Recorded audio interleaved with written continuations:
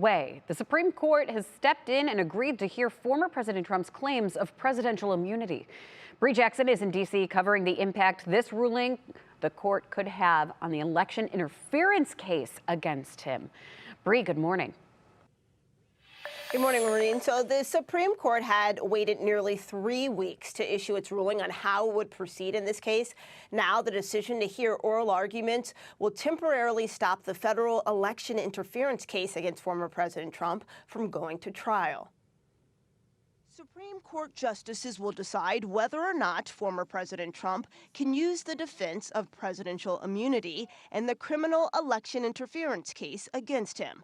Mr. Trump has until March 19th to file his opening arguments.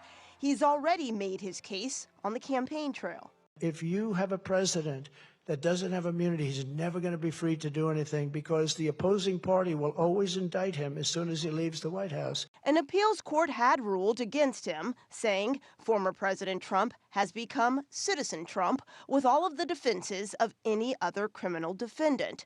The Supreme Court's decision to take up Trump's immunity appeal, further delaying his trial, is seen as a legal win for the GOP frontrunner. This is a victory for Donald Trump because it is a delay, a significant delay that will make it much harder for this case to go to trial. Others raise concerns about the timeline of this case, fearing there may not be a verdict before voters weigh in the November election. I think the American people are entitled to know who they're voting for. Somebody who tried to overturn the last presidential election or an absolutely innocent man. And the Supreme Court has all but taken that away from the American voters. The Supreme Court is expected to hear oral arguments the week of April 22nd.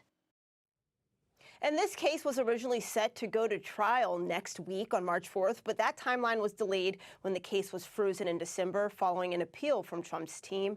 Now it's been delayed even further and likely for months, Maureen. Yeah, and the ripple effect will be important. So we are going to stay on top of this. Bree Jackson live for us in D.C. Thank you.